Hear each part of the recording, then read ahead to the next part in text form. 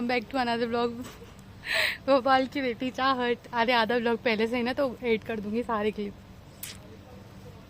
मैं कहीं जाती नहीं हूँ ना, इसलिए नहीं बनाती।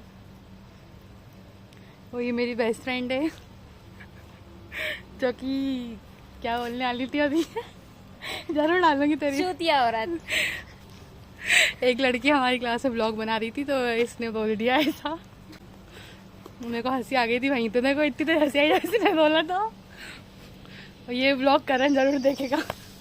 अब हम दोनों क्या कर रहे थे सेमिनार हॉल में, तो करण को मिस कर रहे थे हम सेमिनार हॉल में बैठ के। हाँ थमने ले।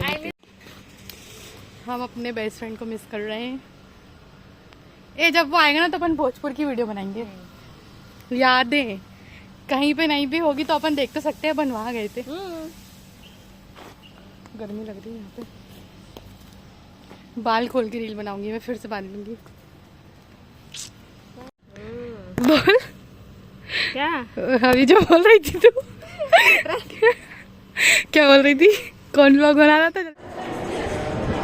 हाँ मैंने सर धो कल पता मेरे को पता नहीं क्या ही शर्म छूटी। My university is teaching our tradition and which goes very well with his convictions also. तो हमने उसी वक्त का हमने कहा सर, पर इसी आपकी यूनिवर्सिटी ने मुझे इस कोर्स को पढ़ाने की इजाजत नहीं दी है। हर बार एकेडमिक काउंसिल इसको रिजेक्ट करती है। ये संस्कृत में है तो मैं हिंदू धर्म पढ़ाने जा रहा हूँ।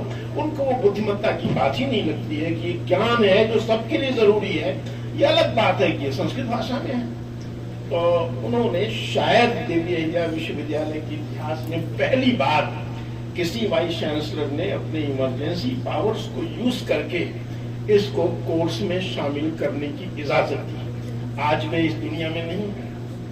मैं उनको जब इस कोर्स की मैं शुरुआत करता था देवी अहिल्या विश्वविद्यालय में, तो उसको शुरुआत करने के लिए प्रोफेसर अब्बासी जी को हम इनवाइट किया करते थे। इधर आपका ये लगाया हुआ पौधा है और आज इसका नया बैच शुरू हो रहा है। इस तरह से जाकर के इस कोर्स की शुरुआत हुई।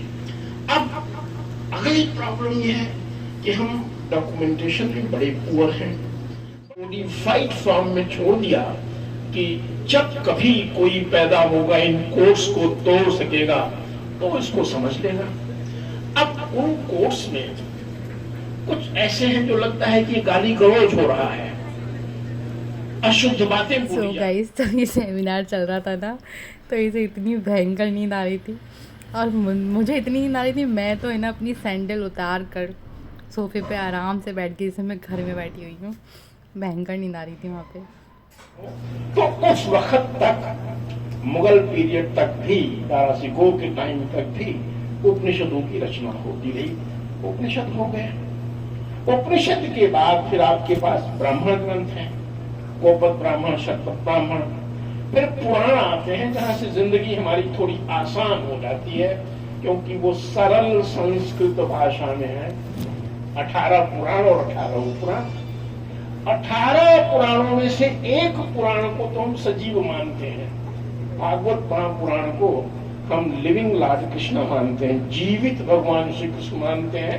और उनका बड़ा बृहद प्रोटोकॉल है देख सकते हैं। भागवत पुराण का। जब कहीं भागवत पुराण पढ़ा जाएगा तो यात्रा देख रही थी। मुझे तो इतनी हंसी आ रही थी ना, इस तरह से। बट वहाँ हंस भी नहीं सकते थे। इसके बाद एक और ग्रंथ है क्या ही बोलूं मैं, जिसको हम लिविंग मानते हैं, गुरु ग्रंथ साहिब। सिख धर्म में विश्वास करने वाले लोग गुरु ग्रंथ साहिब को, जिसको आदि ग्रंथ कहते हैं। महाभारत पढ़ी नहीं जाती वहां महाभारत होती है, और जहां महाभारत पढ़ी जाती है, क्योंकि वॉर के कॉन्सिक्वेंसेस तो सबको मालूम हो गए। कुल 10 लोग बचे थे। 7 पांडवों की तरफ से और 3 कौरवों की तरफ से सब कुछ समाप्त हो गया था। और ये ज्ञान की बात लोगों तक न पहुंचे, इस नाते कहा भैया पढ़ो मत, बड़ी खतरनाक किताब है।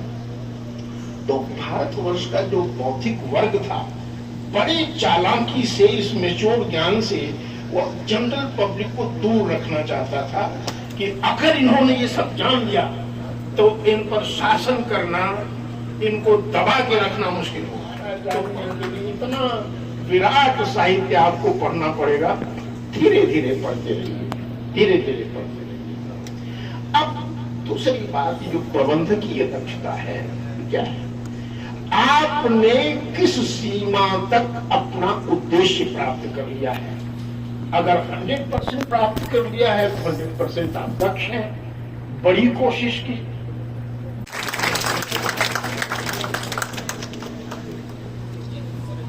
भूलते जा रहे हैं। जो स्पर्धा है वो कहीं ना कहीं ब्रेड एंड बटर पे रह गई है। और जब ऐसे समय में हमारे सम्मुख इतने मनीषी, इतने विद्वान व्यक्ति आते हैं तो कई बार हम गलती भी कर देते हैं। तो उन समस्त छात्रों की तरफ से मैं प्रोफेसर पीएन मिश्रा सर से क्षमा चाहता हूं कि बच्चों से गलती हो गई। और एट द सेम टाइम कि आने वाली फसलें तुम पर फख्र करेंगी हम असरों, जब उनको ये ख्याल आएगा कि तुमने फिराक को देखा था। फिराक साहब जैसा एक विद्वान अगर किसी से मुलाकात हो गई है और आज उनके जाने के लगभग 30 साल हो गए होंगे, ज्यादा हो गए होंगे, तो उनको याद करते हैं, तो वो आज जिस विद्वान को आपने सुना है आपको इस बात का फक्र होगा। जिन लोगों को आप बताएंगे कि हमने प्रोफेसर पीएन मिश्रा का लेक्चर सुना है तो आपके ऊपर फक्र करेंगे कि आपने मुझे कोई व्याख्यान सुना। तो मित्रों ये कार्यक्रम हमारा 2 दिन का है। इसके बाद अपना क्या मैंने व्लॉग बनाया था क्लास में। हाँ, धीरे धीरे करके बना रही थी, थोड़ा थोड़ा ऊपर से वॉइस डाल दूंगी।